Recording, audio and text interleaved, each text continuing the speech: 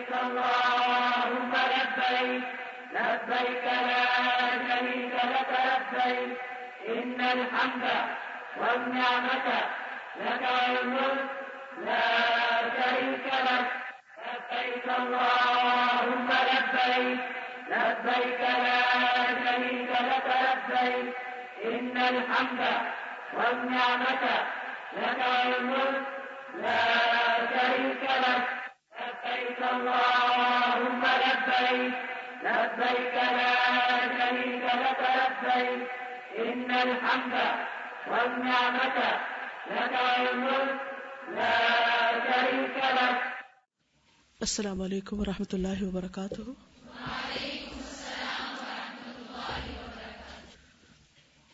نحمده ونصلي على رسوله الكريم اما بعد فاعوذ بالله من الشيطان الرجيم بسم الله الرحمن الرحيم رب اشرح لي صدري ويسر لي امري واحلل عقدة من لساني يفقهوا قولي. کل ہم نے عمرے کے بارے میں پڑھا تھا اور خاص طور پر یہ بات کہ قیامت تک کے لیے عمرہ حج میں داخل ہو چکا ہے. اب ہم سفر حج کا آغاز کریں گے انشاءاللہ. جب بھی انسان اپنے گھر سے نکلتا ہے تو جس نیت اور جس ارادے سے نکلتا ہے، جس کام کے لیے نکلتا ہے، وہ کام ہو جائے تو بہت اچھا، اور اگر نہ بھی ہو پائے تو نیت کا اجر اس کو مل جاتا ہے. اس لیے گھر سے نکلتے وقت مسنون دعاؤں کے علاوہ اپنی نیت کی درستگی اور اس کا جائزہ لینا بہت ضروری ہے، یعنی اس کا جائزہ لینا چاہیے. نبی صلی اللہ علیہ وسلم نے فرمایا، جب بھی کوئی شخص اپنے گھر سے نکلتا ہے تو اس کے دروازے پر 2 جھنڈے ہوتے ہیں. ایک جھنڈا فرشتے کے ہاتھ میں ہوتا ہے اور دوسرا شیطان کے ہاتھ میں. اگر وہ اللہ کی رضا والے عمل کے لیے نکلتا ہے تو فرشتہ اپنا جھنڈا لے کر اس کے پیچھے پیچھے روانہ ہو جاتا ہے، اور وہ گھر لوٹنے تک فرشتے کے جھنڈے تلے ہوتا ہے جب تک وہ واپس نہ آ جائے.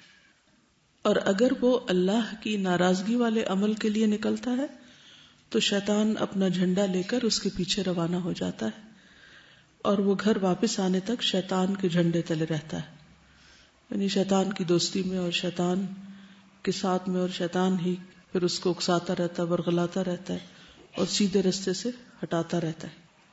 لیکن اگر انسان کی نیت اچھی ہے، ارادہ اچھا ہے، تو اللہ تعالیٰ کی طرف سے اس کو ایک مددگار بھی نصیب ہو جاتا ہے. جب انسان گھر سے نکلے تو گھر والوں کے لیے بھی دعا کرے، اور گھر والے بھی جانے والے کو مسنون دعاؤں کے تحفے کے ساتھ رخصت کریں. یہ سفر کی دعائیں مختلف کتابوں میں آپ کو مل جائیں گی. پھر اسی طرح یہ ہے کہ حج کا چونکہ پہلا رکن احرام ہے، تو اس لیے حاجی گھر سے نکلنے کے بعد میقات پر پہنچ کر احرام کی نیت کرے گا. احرام کا لفظی معنی ہوتا ہے حرام کرنا، باب فعل. شریعت کے مطابق احرام کا معنی ہوتا ہے اپنے لیے بعض ایسی چیزوں کو حرام کرنا جو عام حالات میں حلال ہوتی ہیں یا مباح ہوتی ہیں. اور دراصل احرام حج یا عمرے کی نیت کرنے کے عمل کو کہتے ہیں، یا اس کے ارادہ کو، کہ باقاعدہ انسان ایک طرح سے فارمل نیت کرتا ہے. الفاظ کون سے ہوتے ہیں؟ لبیک حجتن یا لبیک عمرتن، اور اگر قران ہو تو لبیک عمرتن و حجن، دونوں کا ہی. مجازن احرام ان 2 چادروں کو بھی کہتے ہیں جن کو حاجی احرام کی حالت میں استعمال کرتا ہے. اسی لیے عام طور پر کیا کہتے ہیں؟ کیا احرام خرید لیا؟ کیا احرام پہن لیا؟ تو یہ دراصل مجازی استعمال ہے، حقیقی معنی نہیں ہے. حقیقی معنی کیا ہے؟ احرام کے لیے چند حلال اور مباح چیزوں کو اپنے اوپر حرام کرنا، حج یا عمرے کی باقاعدہ نیت کرنا. کچھ کام احرام سے قبل کرنے کے ہوتے اور کچھ احرام کے حالت میں. جب سفر کا ارادہ ہو تو نکلنے سے پہلے کچھ ضروری کام کر لینے چاہیے. مثلاً اپنی جسمانی صفائی، ناخن کاٹنا، مونچھیں تراشنا، جسم کے انڈر آرمز، انڈر لیگز زائد بال صاف کرنا، یعنی تاکہ پوری طہارت کا اہتمام ہو. انسان ایک عبادت کی ادائیگی کے لیے جا رہا ہے، لہذا بہت ضروری ہے کہ وہ صاف ستھری حالت میں ہو، خود کو بھی اذیت نہ ہو اور دوسروں کو بھی اذیت نہ دے. پھر غسل کرنا. زید بن ثابت سے روایت ہے کہ انہوں نے نبی صلی اللہ علیہ وسلم کو دیکھا، آپ احرام باندھنے کے لیے علیحدہ ہوئے اور غسل کیا. نبی صلی اللہ علیہ وسلم نے فرمایا، حیض اور نفاس والی عورتیں جب میقات پر آئیں تو غسل کر کے احرام باندھ لیں. ہمارے ہاں ایک عام سوچ پائی جاتی ہے کہ پیریڈز کے دنوں میں نہانا نہیں چاہیے، اور میں نے سنا کہ بعض لوگ 8 دن نہیں نہاتے، اسی لیے ان سے بہت کریہ قسم کی بدبو آتی ہے. فرشتے تو ان سے دور رہتے ہی ہوں گے، وہ انسانوں کو بھی اپنے پاس سے بھگا دیتے. طہارت جو ہے وہ ایمان کا حصہ ہے، ہمارے دین کا شعار ہے. اس لیے بہت ضروری ہے کہ ہم جب بھی کسی عبادت کی نیت کریں تو پہلے صفائی ستھرائی کا اہتمام کریں.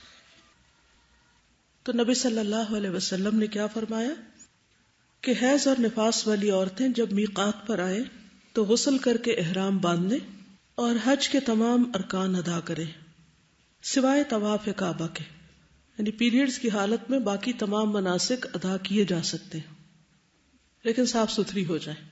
سنن نبی داؤد کی روایت ہے. عائشہ رضی اللہ تعالی عنہا بیان کرتی ہیں کہ اسماء بنت امیس رضی اللہ عنہا نے شجرہ کے مقام پر یعنی ذوالحلیفہ میں محمد بن ابی بکر کو جنم دیا.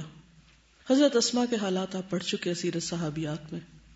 تو رسول اللہ صلی اللہ علیہ وسلم نے ابو بکر رضی اللہ عنہ کو حکم دیا کہ وہ انہیں غسل کر کے احرام باندھ دینے کا حکم دیں.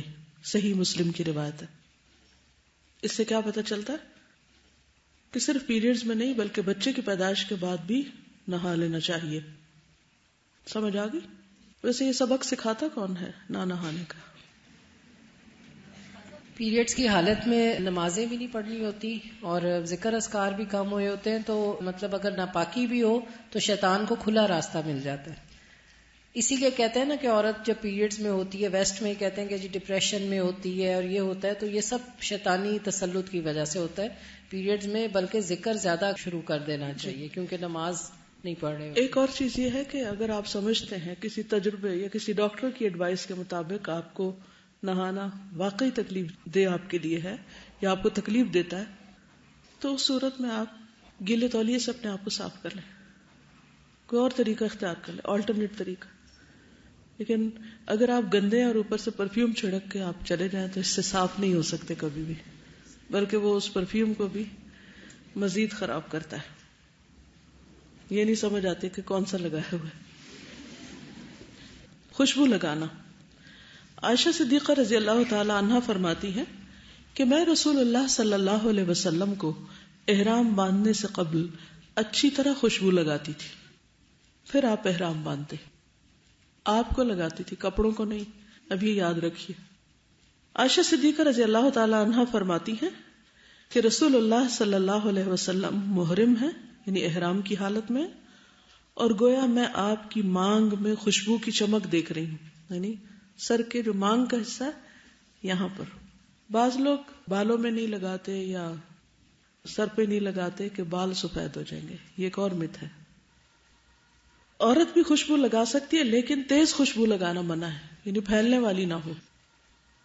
ایسا انڈر آرم اگر آپ یوز کر رہے ہیں ڈیوڈرنٹ یا کوئی ایسی چیز جس کی خوشبو پھیلے نہیں لیکن پسینے کی اسمیل اس سے نہ آئے تو کوئی حرج نہیں.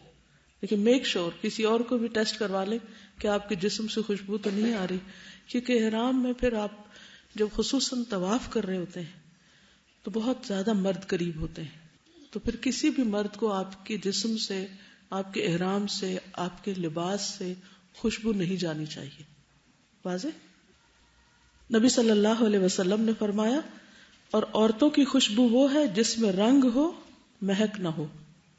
عائشہ رضی اللہ عنہا فرماتی ہیں کہ ہم نبی صلی اللہ علیہ وسلم کے ساتھ مکہ کو جاتی تو احرام کے وقت اپنی پیشانیوں پر خوشبودار مرکب کا ضماد کر لیا کرتی تھی، یعنی ماتھے کے اوپر کچھ لگا لیا کرتی تھی، جیسے کریم وغیرہ ہوگی یا کچھ اور. اس سے کیا ہے کہ رنگ تو آ جاتا تھا لیکن خوشبو نہیں پھیلتی تھی. تو اس سے پتہ چلتا ہے کہ لوشن وغیرہ بھی لگایا جا سکتا ہے. جب پسینہ آتا تو وہ ہمارے چہروں پر بہہ آتا، یعنی اوپر سے نیچے کو آ جاتا، جیسے میک اپ پسینے میں بہہ جاتا ہے. نبی صلی اللہ علیہ وسلم اسے دیکھتے تو اس سے منع نہیں فرماتے تھے. واضح؟ سنن نبی داؤد کی روایت ہے. اگر ممکن ہو تو کسی فرض نماز کے بعد احرام پہننا.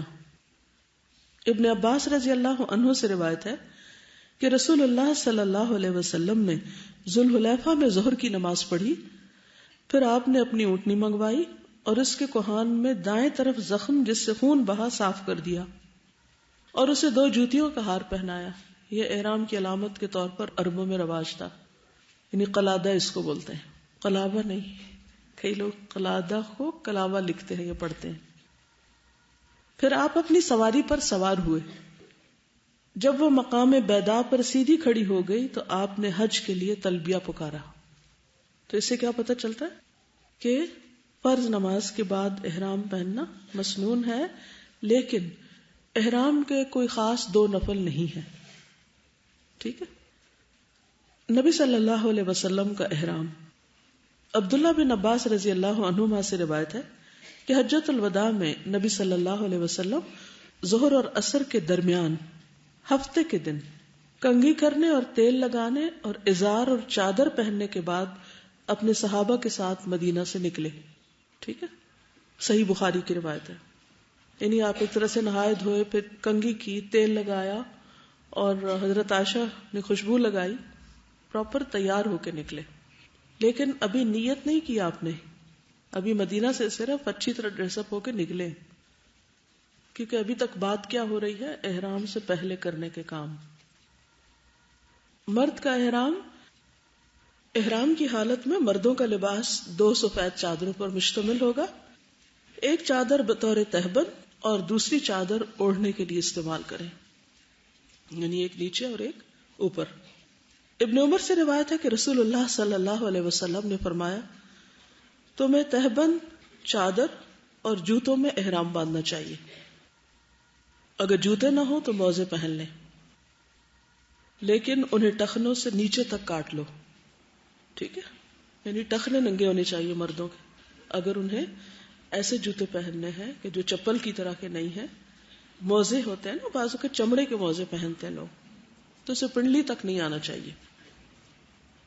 سفید رنگ مستحب ہے، لازم نہیں، پسندیدہ ہے.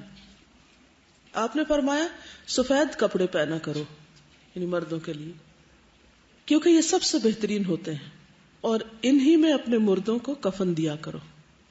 لیکن آپ نے احرام کے لیے سفید کی شرط نہیں لگائی، مگر چونکہ آپ نے پسند کیا اس لیے سفید احرام مردوں کے لیے پسندیدہ ہے، مستحب ہے. احرام میں ممنوع لباس کیا نہیں پہننا چاہیے؟ سلا ہوا کپڑا پہننا، سر ڈھانپنا، ٹوپی وغیرہ. ابن عمر سے روایت ہے کہ ایک شخص نے نبی صلی اللہ علیہ وسلم سے پوچھا احرام باندھنے والے کو کیا پہننا چاہیے؟ آپ نے فرمایا نہ قمیص پہنے، نہ پگڑی باندھے اور نہ پائجامہ، نہ کوئی ٹوپی والا کوٹ پہنے، نہ کوئی زعفران اور ورس سے رنگا ہوا کپڑا پہنے. یعنی ایسا کپڑا نہیں پہنے جس کے رنگنے میں خوشبو. تو بعض اوقات ہمارے ہاں ایسے ڈٹرجنٹس ہوتے ہیں جن میں اگر کپڑے کو ڈبویا جائے، جیسے نیل میں ڈبوتے ہیں تو ایسے ہی بعض اوقات لینور وغیرہ میں ڈبوتے ہیں جس سے خوشبو آتی، تو اس میں نہیں ڈبونا چاہیے احرام کو، کیونکہ زعفران اور ورس سے رنگا ہوا کپڑا پہننا ممنوع ہے. احرام میں رخصت. ابن عباس نے بیان کیا کہ نبی صلی اللہ علیہ وسلم نے ہمیں میدان عرفات میں واز سنایا. اس میں آپ نے فرمایا اگر کسی کو احرام کے لیے تہبند نہ ملے تو وہ پاجامہ پہن لے، کسی کو جوتے نہ ملے تو وہ موزے پہن لے. یعنی اب اگر کوئی شخص ایسا ہے کہ جس کے پاس ایسا کپڑا ہے ہی نہیں تو وہ کیا کرے؟ پھر حج نہ کرے، تو اس کو رخصت دی گئی. پھر عورت کا احرام. احرام کی حالت میں عورت کے لیے کوئی الگ لباس سنت سے ثابت نہیں، یعنی عورت کا کوئی الگ سے لباس نہیں ہوتا. جو اس کے عام روٹین کے ڈیلی استعمال کے کپڑے وہ پہنتی ہے وہی پہنے گی، اور گھر سے نکلتے وقت جیسے عبایا پہنتے ہیں وہی پہنے گی. صرف خواتین کے لیے کیا ضروری ہے؟ پردے کے احکامات کو ملحوظ رکھتے ہوئے اپنے عام لباس میں ہی احرام کی نیت کر لیں. اسی طرح عورتوں کے لیے سفید رنگ کے لباس کی کوئی فضیلت ثابت نہیں. یہ حکم جو مردوں کو سفید لباس کے لیے ہے وہ صرف مردوں کے لیے، عورتوں کے لیے نہیں ہے. عام طور پہ دیکھنا ہے کہ خواتین بھی سفید رنگ کا احرام کے کپڑے سلواتی، اور اگر گرمیوں میں عمرہ کرنے جا رہی ہوں تو پھر لون کا سلواتی. بعض خواتین باریزے کا بھی سلوا لیتی. اور اللہ کی پناہ کہ احرام کی حالت میں طواف کرتے وقت ان کا پورا جسم جھلک رہا ہوتا ہے. یا تو انہیں کسی نے بتایا نہیں ہوتا یا انہیں خود سمجھ نہیں ہوتی، تو اس سے بچنا چاہیے، بلکہ دوسروں کو بتانا بھی چاہیے. عائشہ رضی اللہ عنہا سے مروی ہے کہ محرم عورت جو چاہے کپڑے پہن سکتی سوائے ان کپڑوں کے جن میں ورس یا زعفران لگی ہوئی ہو، کیونکہ ان میں خوشبو ہوگی، تو خوشبو والا کپڑا نہیں پہنے عورت. ایک عورت نے حضرت عائشہ سے پوچھا احرام والی عورت کون سا لباس پہنے؟ انہوں نے جواب دیا وہ ریشمی، روئی اور کتان کے کپڑے، رنگے ہوئے کپڑے یعنی کلرڈ کپڑے، اور اپنے زیورات میں سے بھی کچھ پہن سکتی، اللہ یہ کہ وہ دوسروں کے کپڑے پھاڑ رہی ہوں. بعض لوگ ایسے زیور پہن لیتے ہیں جس سے دوسرے بھی اس سے الجھ رہے ہوتے ہیں، وہ نہیں پہننا چاہیے. ابن عمر رضی اللہ عنہ سے مروی میں نے نبی صلی اللہ علیہ وسلم کو حالت احرام میں خواتین کو دستانے اور نقاب کی ممانعت کرتے ہوئے سنا ہے. دو چیزیں عورتیں نہیں پہنے گی، نقاب یعنی سلا و نقاب جو ہوتا ہے، اور دستانے گلوز، اور ان کپڑوں میں جن میں ورس یا زعفران لگی ہوئی ہو وہ بھی نہیں پہنے گی، لیکن ویسے کلرڈ کپڑے پہن سکتی. عائشہ رضی اللہ تعالی عنہ محرم تھی لیکن کسم یعنی کیسو کے جو پھول ہوئے ان میں رنگے ہوئے کپڑے پہننے ہوتی تھی، اس میں خوشبو نہیں ہوتی، خالی رنگ ہوتا ہے. کیسو کا پھول پتہ ہے، یلوش سے براؤنش سے کلر ہوتا ہے اس کے پانی کا. عائشہ رضی اللہ عنہا نے عورتوں کے لیے زیور، سیاہ یا گلابی کپڑے اور موزوں کے پہننے میں کوئی حرج نہیں سمجھا. یعنی عورتیں فل جرابیں پہن سکتی ہیں، اونی یا سوتی موزے پہن سکتی. اوورآل احرام میں سادگی کو ملحوظ رکھنا چاہیے، کیونکہ آپ اللہ کے گھر کی زیارت کے لیے جا رہی ہیں، کسی شادی پارٹی میں نہیں جا رہی. کچھ چیزیں احرام کی حالت میں ممنوع ہیں، مثلا ناخن اور بال کاٹنا. وَلَا تَحْلِقُوا رُؤُوسَكُمْ حَتَّى يَبْلُغَ الْهَدْيُ مَحِلَّهُ، قرآن مجید میں آتا ہے سورۃ البقرہ 196. اور اپنے سر اس وقت تک نہ منڈاؤ جب تک کہ قربانی قربان گاہ تک نہ پہنچ جائے. نہ ٹریمنگ کرانی چاہیے نہ کٹنگ بالوں کی، ٹھیک ہے، نہ عورت کو نہ مرد کو. واضح؟ لیکن جو بال یا ناخن خود گر جائیں ان پر کوئی دم یا فدیہ نہیں. کچھ لوگوں کے بال گرتے ہی رہتے ہیں، کسی کا ناخن ٹوٹ جاتا ہے تو اس پر کوئی دم نہیں ہے. ہاں اگر کوئی کاٹ رہا ہے یا توڑ رہا ہے یا کسی کو ناخن کھانے کی عادت ہے، ہوتی نا عادت، ہر وقت منہ میں انگلی رکھتے ہیں پھر ناخن کاٹتے رہتے ہیں، تو یہ منع ہے، یاد رکھیے. میں سوچتی ہوں شاید اللہ تعالیٰ نے اسی لیے پابندی رکھی ہو کہ یہ عادت چھوٹ جائے بندوں کی. 10 دن اگر کوئی کاٹنے سے پرہیز کرے گا تو عادت بھی تو بدل سکتی ہے. اسی طرح عشرہ ذی الحج میں بھی ناخن اور بال نہیں کاٹنے چاہیے اور نہ کھانے چاہیے. نبی صلی اللہ علیہ وسلم نے فرمایا جب عشرہ ذی الحجہ شروع ہو جائے اور تم میں سے کوئی قربانی کرنے کا ارادہ رکھتا ہو تو وہ اپنے بالوں اور ناخنوں میں سے کچھ نہ کاٹے. لیکن اگر آپ کا قربانی کا ارادہ نہیں تو پابندی نہیں. ہاں اگر آپ والنٹریلی سب کے ساتھ ایک نیکی میں شریک ہونا چاہتے ہیں تو منع بھی نہیں کیا گیا. اور کیا منع ہے؟ خوشبو لگانا یا خوشبو سے رنگا ہوا کپڑا پہننا، یہ خوشبو لگا کے کپڑا پہننا، یعنی احرام کی چادروں میں خوشبو نہیں لگائیں، وہ منع ہے. رسول اللہ صلی اللہ علیہ وسلم نے فرمایا احرام میں کوئی ایسا کپڑا نہ پہنو جسے زعفران، خوشبو یا ورس ایک بوٹی کا نام ہے اس سے وہ رنگا گیا ہو. یعلا رضی اللہ عنہ سے روایت ہے کہ نبی صلی اللہ علیہ وسلم جیرانہ میں اپنے کچھ صحابہ کے ساتھ ٹھہرے ہوئے تھے کہ ایک شخص نے آ کر پوچھا اے اللہ کے رسول، اس شخص کے بارے میں آپ کا حکم کیا ہے جس نے عمرے کا احرام اس طرح باندھا کہ اس کے کپڑے خوشبو میں بسے ہوئے ہوں، یعنی پہلے سے خوشبو لگی ہوئی ہو. نبی صلی اللہ علیہ وسلم تھوڑی دیر کے لیے خاموش ہو گئے، پھر آپ پر وحی نازل ہوئی. آپ نے فرمایا وہ شخص کہاں ہے جس نے عمرے کے متعلق پوچھا تھا؟ وہ شخص حاضر کیا گیا تو آپ نے فرمایا جو خوشبو لگا رکھی ہے اسے 3 مرتبہ دھو لو اور اپنا جبہ اتار دو. عمرہ میں بھی اسی طرح کرو جس طرح حج میں کرتے ہو. گویا عمرے اور حج کے احرام کی پابندیاں ایک جیسی ہی ہیں. واضح؟ پھر احرام کی حالت میں شکار کرنا یا کروانا دونوں ہی ممنوع. سورۃ المائدہ 95 یا ایھا الذین آمنوا لا تقتلوا الصید وانتم حرم، اے ایمان والو تم حالت احرام میں شکار نہ مارو. المائدہ 96 میں ہے وحرم علیکم صید البر ما دمتم حرما، خشکی کا شکار تمہارے لیے حرام کیا گیا ہے جب تک تم حالت احرام میں ہو. صعب بن جثامہ لیثی بیان کرتے ہیں کہ وہ ابوا یا ودان میں تھے. انہوں نے رسول اللہ صلی اللہ علیہ وسلم کو ایک گورخر کا نیل گائے کا تحفہ دیا. آپ نے واپس کر دیا. پھر جب آپ نے ان کے چہرے پر ناراضگی کا اثر دیکھا تو آپ نے فرمایا واپسی کی وجہ صرف یہ ہے کہ ہم احرام میں ہیں تو ہم شکار کا گوشت نہیں کھا سکتے. واضح؟ ابو قتادہ سے مروی ہے کہ رسول اللہ صلی اللہ علیہ وسلم حج کا ارادہ کر کے نکلے. صحابہ بھی آپ کے ساتھ تھے. آپ نے صحابہ کی ایک جماعت کو جس میں ابو قتادہ بھی تھے یہ ہدایت دے کر راستے سے واپس بھیجا کہ تم لوگ دریا کے کنارے کنارے ہو کر جاؤ اور دشمن کا پتہ لگاؤ، پھر ہم سے آ ملو، یعنی تھوڑا راستہ بدل کے آگے جا ملنا. چنانچہ یہ جماعت دریا کے کنارے کنارے چلی. واپسی پر سب نے احرام باندھ لیا، لیکن ابو قتادہ نے بھی احرام نہیں باندھا تھا. یہ قافلہ چل رہا تھا کہ کئی گورخر نظر آئے، نیل گائے نظر آئیں. ابو قتادہ نے ان پر حملہ کیا اور ایک مادہ کا شکار کر لیا. پھر ایک جگہ ٹھہر کر سب نے اس کا گوشت کھایا. ساتھ ہی خیال آیا کہ ہم محرم ہونے کے باوجود کیا اس کا گوشت کھا سکتے؟ چنانچہ جو گوشت بچا وہ ہم ساتھ لائے. آپ نے پوچھا کیا تم میں سے کسی نے ابو قتادہ کو شکار کرنے کے لیے کہا تھا یا کسی نے اس کی طرف اشارہ کیا تھا؟ سب نے کہا نہیں. اس پر آپ نے فرمایا پھر بچا ہوا گوشت بھی کھا لو. اس سے کیا پتہ چلتا ہے کہ اگر ایسا گوشت ہو کہ جس پر نہ مدد کی گئی ہو، نہ کروایا گیا ہو، نہ اشارہ کیا گیا، نہ بتایا گیا ہو، اگر کوئی خود ہی کر کے لے آیا ہے تو وہ کھایا جا سکتا. پیچھے جس کا آپ نے گوشت انکار کیا تھا ہو سکتا وہ شخص خود احرام کی حالت میں. پھر شوہر اور بیوی کا جسمانی تعلق یہ کسی بھی قسم کی کوئی جنسی گفتگو کرنا، اشارتن کنایتن کوئی بھی. قرآن مجید میں آتا ہے فمن فرض فیہن الحج فلا رفث ولا فسوق ولا جدال فی الحج. البقرہ 197. حج کے دوران نہ بیوی سے قربت کے تعلقات قائم کرے، نہ گناہ کرے اور نہ ہی لڑائی جھگڑا کرے.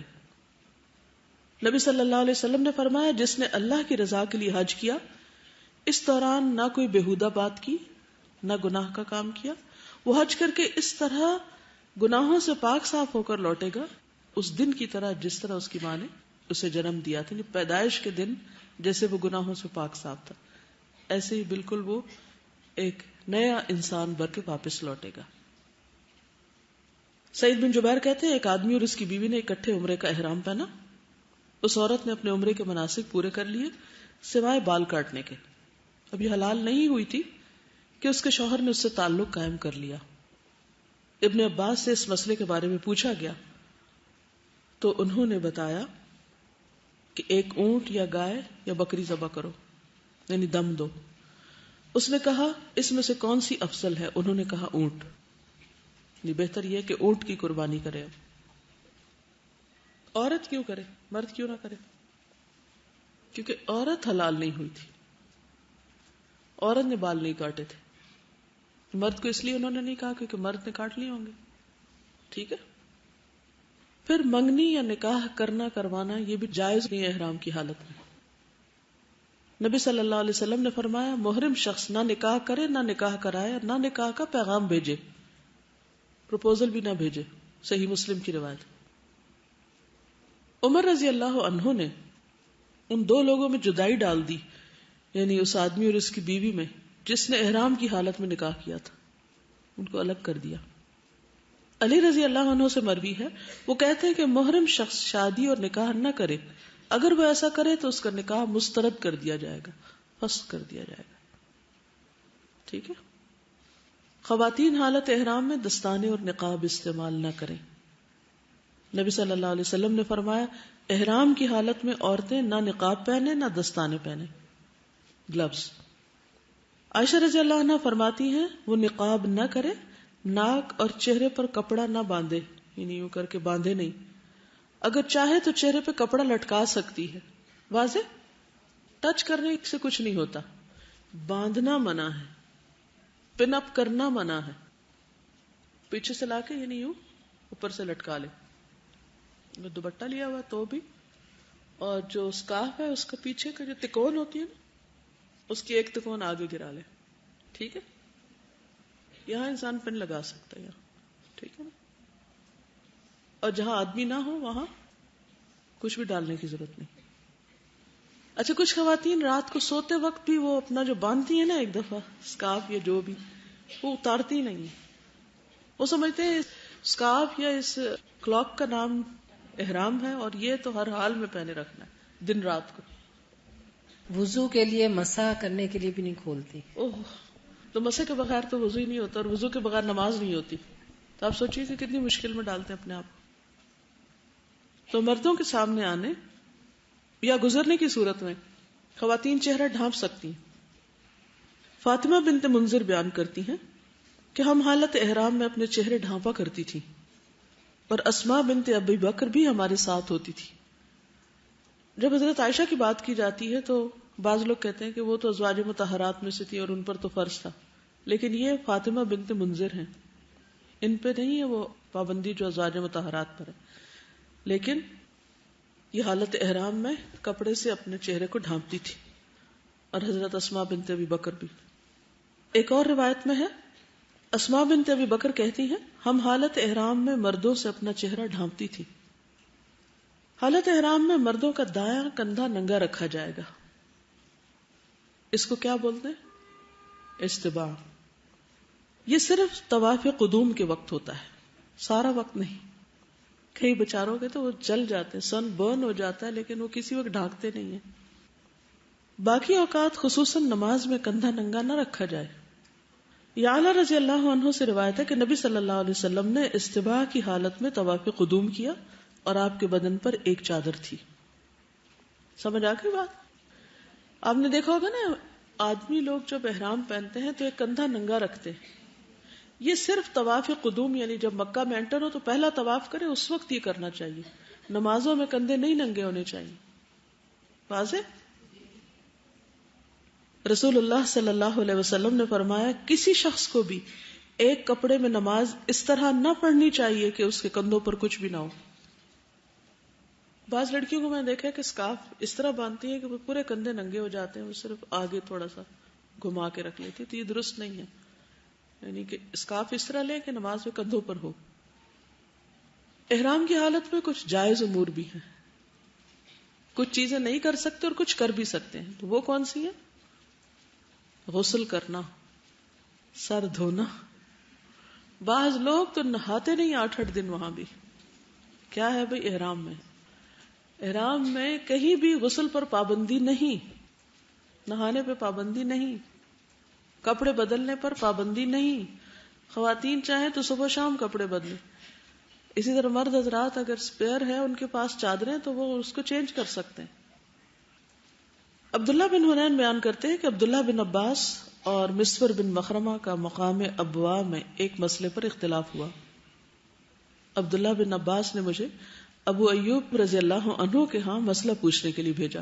جب میں ان کی خدمت میں پہنچا تو وہ کنویں کی 2 لکڑیوں کے بیچ میں غسل کر رہے تھے، ایک کپڑے سے انہوں نے پردہ کر رکھا تھا۔ میں نے پہنچ کر سلام کیا، انہوں نے پوچھا کون ہو؟ میں نے عرض کیا عبداللہ، آپ کی خدمت میں ابن عباس نے بھیجا ہے یہ دریافت کرنے کے لیے کہ احرام کی حالت میں رسول اللہ صلی اللہ علیہ وسلم سر مبارک کس طرح دھوتے تھے، احرام میں آپ سر کس طرح دھوتے تھے۔ یہ سن کر انہوں نے اپنے کپڑے پر جس سے پردہ کیا ہوا تھا ہاتھ رکھ کر اسے نیچے کیا، اب ان کا سر دکھائی دے رہا تھا۔ جو شخص ان کے بدن پر پانی ڈال رہا تھا اسے انہوں نے پانی ڈالنے کے لیے کہا، اس نے ان کے سر پہ پانی ڈالا، پھر انہوں نے اپنے سر کو دونوں ہاتھوں سے ہلایا، دونوں ہاتھ آگے لے گئے پھر پیچھے لائے، فرمایا میں نے رسول اللہ صلی اللہ علیہ وسلم کو احرام کی حالت میں اسی طرح کرتے دیکھا تھا، یعنی نہاتے وقت سر کو آگے پیچھے کر کے دھویا۔ ابن عباس فرماتے ہیں کہ عمر رضی اللہ عنہ نے مجھ سے کہا جبکہ ہم مقام جوحفہ میں حالت احرام میں تھے، آؤ میں تم سے مقابلہ کروں، ہم میں سے کون ہے جس کا پانی میں سانس لمبا ہے۔ ابن عباس رضی اللہ عنہ نے فرمایا محرم شخص غسل کے لیے حمام جا سکتا ہے. حمام جا سکتا ہے سے مراد یہ کہ جہاں حاجی لوگ اکٹھے ٹھہرے ہوتے ہیں وہاں ہر ایک کے کمرے کے ساتھ اٹیچڈ بعض اوقات نہیں ہوتا، تو ایسی جگہ ہوتی ہیں جو نہانے کے لیے مخصوص ہوتی ہیں، تو وہاں پر جا سکتے ہیں. اب آپ پوچھ رہے ہوں گے کہ اگر وہاں سوئمنگ پول ہو تو کیا سوئمنگ بھی کر سکتے ہیں؟ کر سکتے ہیں، کیونکہ کہیں منع نہیں کیا گیا. کیونکہ حضرت عمر نے ان سے کہا کہ دیکھتے ہیں کہ ہم میں سے کس کا پانی میں سانس لمبا ہے. تو اس سے کیا پتہ چلتا ہے پانی میں سانس کس کا لمبا ہو سکتا ہے؟ جو پانی کے اندر ہو. عورت کا سر کے بال کھولنا اور کنگھی کرنا. عائشہ رضی اللہ تعالی عنہ فرماتی ہیں کہ میں مکہ آئی تو حیض کی کیفیت میں تھی. میں نے بیت اللہ کا طواف نہیں کیا، نہ صفا مروہ کی سعی کی. میں نے رسول اللہ صلی اللہ علیہ وسلم سے اس کی شکایت کی تو آپ نے فرمایا اپنا سر کھول لو، کنگھی کر لو اور حج کا احرام باندھ لو اور عمرہ چھوڑ دو. اسماء بنت ابی بکر رضی اللہ عنہا سے روایت ہے، فرماتی ہیں کہ ہم حالت احرام میں کنگھی کرتی تھی. کنگھی کیوں نہیں کرتے لوگ؟ کنگھی اس طرح نہ کرے کہ کھچ کھچ کے مارے اور وہ بال توڑے. سمپل آپ سیدھے سیدھے، کچھ لوگ تو ویسے کٹے ہوئے ہوتے ہیں تو ان کو تو اتنا مسئلہ نہیں ہوتا. یہ برش سے اگر آپ کریں تو بال ٹوٹتے نہیں. احتیاط لازم ہے، بال توڑنے نہیں. لیکن اگر آپ کا کنگھا ایسا ہے کہ اس سے آپ اپنے بالوں کو سیدھا کر رہے ہیں اور سمیٹ رہے ہیں تو کوئی حرج نہیں ہے اس میں. کنگھی کرنے کا طریقہ اچھا ہونا چاہیے، درست ہونا چاہیے، کیونکہ کچھ لوگ نارمل حالات میں بھی اس بری طرح کنگھی کرتے ہیں کہ بال توڑ دیتے ہیں. طریقہ ہی نہیں آتا، سلیقہ ہی نہیں آتا. وہ کہتے ہیں اپنے بال ہیں جو چاہے کریں، توڑیں یا رکھیں یا کاٹیں یا جوڑیں. جوڑنے کی تو اجازت نہیں انہیں، لیکن ضرورت کے مطابق کاٹ سکتے ہیں، ٹرم کر سکتے ہیں. واضح؟ آپ کہیں گے سب حلال کر دیا آج تو، کیونکہ جو پابندی اللہ اور اس کے رسول نے نہیں لگائی ہم اپنے اوپر کیوں مشکل ڈالیں؟ کیونکہ بعض لوگ کسی چیز پہ کانسنٹریٹ نہیں کر سکتے اگر وہ ایک دن کنگھی نہ کریں. کچھ لوگ روز ہی نہ کریں تو انہیں فرق نہیں پڑتا. سر اور بدن کھجانا، بس کو پسینہ ہوتا ہے، گرمی ہوتی ہے، کچھ نکل آتا ہے تو وہ خارش ہو جاتی ہے. کچھ لوگ تو خارش بھی نہیں کرتے، وہ کہتے بال ٹوٹ جائے گا جسم کا. کبھی اچھلیں گے کبھی اچھلیں گے، کبھی کیا ہو رہا ہے، خارش کر لو. ڈر کے مارے خارش نہیں ہو رہی کیونکہ بال ٹوٹ جائے گا. اتنے ٹچی ہو جاتے ہیں کہ بس پتہ نہیں ادھر سے ادھر ہوئے نہیں تو دم پڑ جائے گا ہم پہ. ابن عمر اور عائشہ رضی اللہ عنہما بدن کو کھجلانے میں کوئی حرج نہیں سمجھتے تھے. عائشہ رضی اللہ عنہا سے پوچھا گیا کیا محرم اپنا بدن کھجلا سکتا ہے؟ انہوں نے کہا ہاں، بلکہ زور سے کھجلائے تاکہ جلدی کام ختم ہو. بغیر خوشبو والا صابن اور تیل استعمال کرنا. ابن عباس نے فرمایا کہ محرم آئینہ دیکھ سکتا ہے. ان سے اس زمانے میں بھی لوگ ایسے ہی سوال کرتے ہوں گے. شیشہ دیکھ سکتا ہے، مرر. اور ان چیزوں کو جو کھائی جاتی ہیں بطور دوا بھی استعمال کر سکتا ہے، مثلا زیتون کا تیل اور گھی وغیرہ. کچھ لوگ تو سرٹن فوڈز بھی نہیں کھاتے کہ ان میں بھی خوشبو ہے، پھر منہ سے خوشبو آئے گی.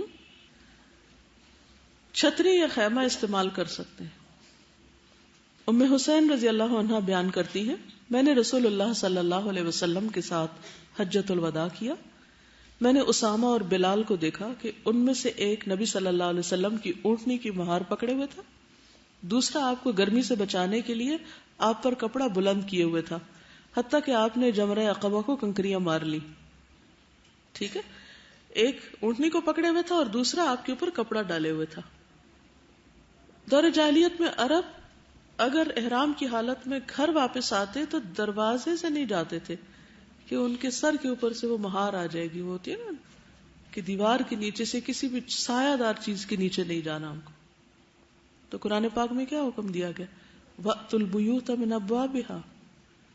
دروازے کے نیچے سے گزر گئے، کوئی سایہ دار سر پہ چیز آ گئی تو اس سے احرام میں خلل نہیں ہوگا. چھتری استعمال کی جا سکتی. خوشبودار پھول سونگنا یا خوشبو سونگنا بعض اوقات رستے میں کوئی بیچ رہا ہوتا ہے تو انسان خریدنے لگتا ہے، بس لگانی نہیں، اسی کے اندر سے خوشبو سونگھ سکتے ہیں۔ ابن عباس نے فرمایا کہ محرم خوشبودار پھول سونگھ سکتا ہے، صحیح بخاری کی روایت۔ انگوٹھی، اینک، بیلٹ، گھڑی وغیرہ پہن سکتے ہیں، ٹھیک ہے۔ عطا نے فرمایا کہ محرم انگوٹھی پہن سکتا ہے، پیٹی باندھ سکتا ہے، یعنی بیلٹ، کچھ لوگ پیسے وغیرہ اسی بیلٹ میں رکھتے ہیں۔ ابن عمر رضی اللہ عنہ نے طواف کیا، اس وقت وہ محرم تھے لیکن پیٹ پر ایک کپڑا باندھ رکھا تھا، اس میں کوئی چیزیں وغیرہ ہوں گی۔ نہ بجنے والا زیور۔ ایک عورت نے حضرت عائشہ سے پوچھا احرام والی عورت کون سا لباس پہنے، تو انہوں نے جواب دیا وہ ریشمی، روئی اور کتان کے رنگے ہوئے کپڑے اور زیورات میں سے بھی کچھ پہن سکتی۔ ضرورتاً سرما استعمال کرنا، زینت سے تو پرہیز کرنا چاہیے، لیکن بعض اوقات کوئی دوا ڈالنی پڑتی ہے، سرما لگانا پڑتا ہے تو کوئی حرج نہیں۔ عثمان رضی اللہ عنہ سے روایت ہے کہ رسول اللہ صلی اللہ علیہ وسلم نے احرام کی حالت میں جس شخص کی آنکھیں دکھتی ہوں اس کے بارے میں فرمایا وہ اپنی آنکھوں پر ایلوا کا لیپ کر لے۔ ایلوا ایک دوا کا نام ہے۔ مرہم پٹی کروانا یا علاج کروانا، کوئی بیمار ہو جائے تو۔ ابن عباس فرماتے کہ رسول اللہ صلی اللہ علیہ وسلم جب محرم تھے اس وقت آپ نے سینگی لگوائی۔ سینگی کہتے ہیں اس کو جو سینگ ہوتا ہے خالی ہارن، اس سے ایک طرح سے ہجامہ کرتے ہیں۔ علم اور ادب سکھانے کے لیے بچے یا ملازم کو سرزنش کرنا۔ اسماء رضی اللہ عنہ بیان کرتی ہیں کہ ہم رسول اللہ صلی اللہ علیہ وسلم کے ساتھ حج کے لیے نکلے، جب ہم مقام عرش پر پہنچے تو رسول اللہ صلی اللہ علیہ وسلم نے پڑاؤ کیا اور ہم بھی اتر پڑے۔ ابو بکر رضی اللہ عنہ رسول اللہ صلی اللہ علیہ وسلم کے سامان سفر کا جانور ایک ہی تھا، دونوں کا سامان ایک ہی جانور پہ لدا ہوا تھا جو ابو بکر رضی اللہ عنہ کے غلام کے پاس تھا، ان کی تحویل میں تھا۔ ابو بکر بیٹھے اس کا انتظار کر رہے تھے کہ وہ آ جائے، چنانچہ جب وہ آیا تو اونٹ ساتھ نہیں تھا، وہ کہیں گم کر آیا اس کو۔ انہوں نے پوچھا تمہارا اونٹ کہاں ہے؟ اس نے کہا وہ آج رات گم ہو گیا۔ ابو بکر نے کہا صرف ایک اونٹ اور وہ بھی تم نے گم کر دیا؟ پھر اسے مارنے لگے، اور رسول اللہ صلی اللہ علیہ وسلم مسکراتے رہے اور فرمانے لگے دیکھو اس محرم کو کیا کر رہا ہے، احرام کی حالت میں پٹائی کر رہا ہے اس کی۔ پھر موذی جانور، سانپ، بچھو، چوہا، مکھی یا جوں وغیرہ کو بوقت ضرورت مارنا۔ ویسے تو شکار منع ہے لیکن ان کا شکار کیا جا سکتا ہے۔ عبداللہ بن عمر رضی اللہ عنہما نے بیان کیا کہ رسول اللہ صلی اللہ علیہ وسلم نے فرمایا 5 جانور ایسے ہیں جنہیں اگر کوئی شخص حالت احرام میں بھی مار ڈالے تو اس پر کوئی گناہ نہیں۔ احرام کی حالت میں بھی بچھو، چوہا، کاٹ لینے والا کتا، کوا اور چیل۔ چیل کس کو کہتے ہیں؟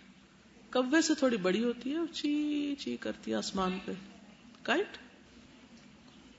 احرام کی حالت میں سونا، آرام کرنا، کھانا پینا یہ بھی جائز ہے۔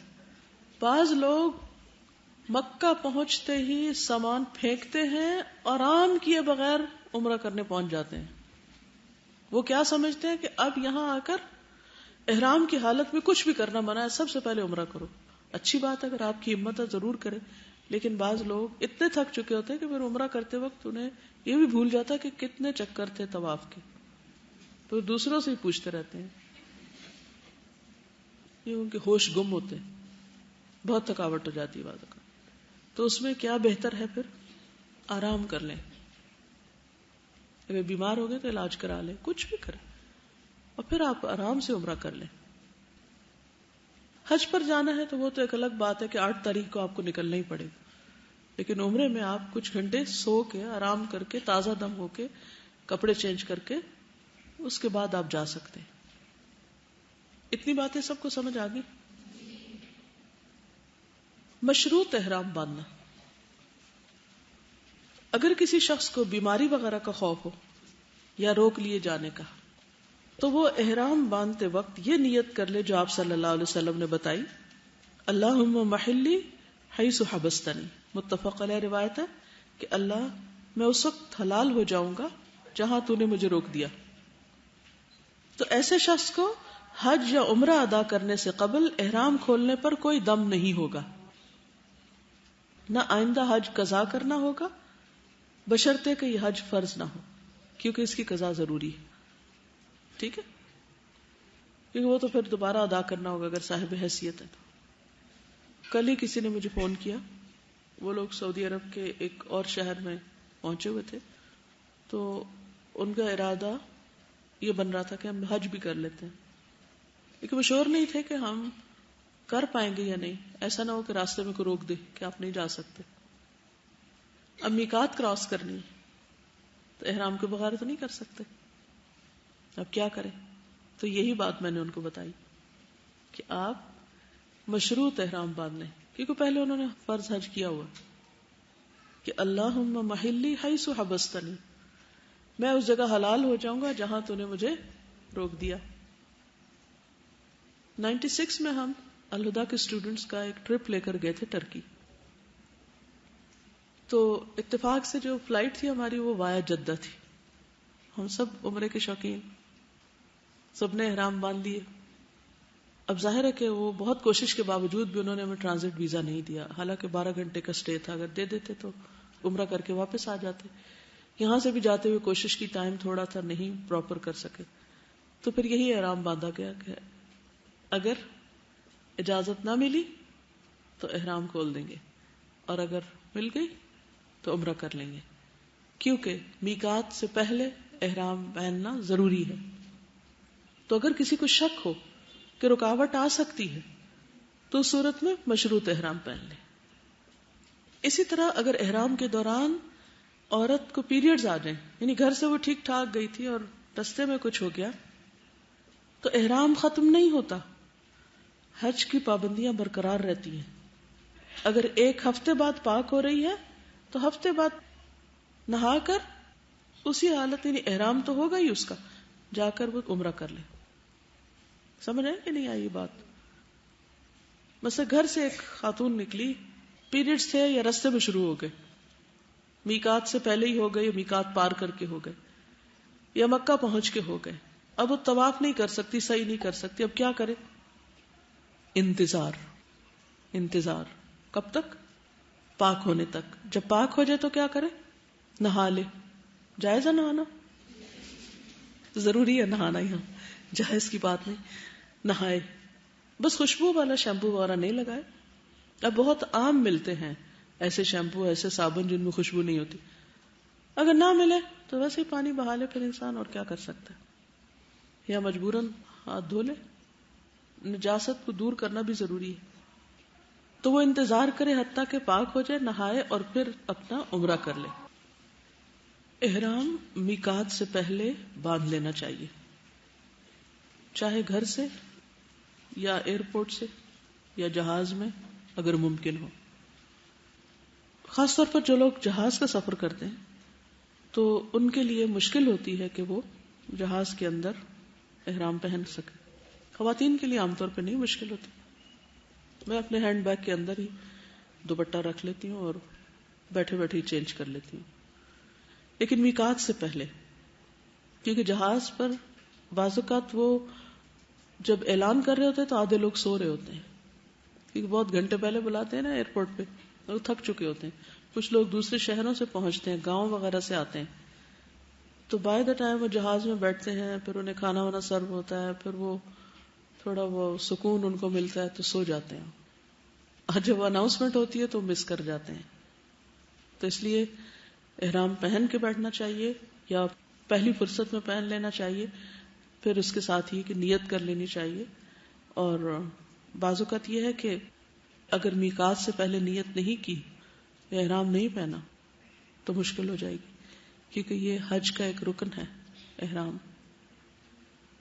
خواتین کے لیے پہلے بھی بات ہوئی تھی کہ کوئی خاص لباس نہیں ہے، لیکن ایک چیز جو بہت فائدہ دیتی ہے، جو میرے ذاتی تجربے میں ہے، کہ اگر نیچے کوئی ایسا چھوٹا سا رومال سا آپ باندھ لیں بالکل نرم ململ کا، تو اس سے بال باہر نہیں نکلتے. کچھ خواتین احرام بھی پہنا ہوتا ہے اور لٹیں یہاں سے ادھر سے ادھر سے نکل کے ننگی ہو رہی ہوتی. تو ایک آپ احرام پہنے وہ اوپر سے حرام کام کر رہے ہیں بال دکھا کے. بازو کا سی تھرو ہوتا ہے تو بال جھلک رہے ہوتے ہیں. تو اگر ایک رومال اچھی طرح باندھ لیا جائے تو اس سے بہت آسانی ہو جاتی ہے.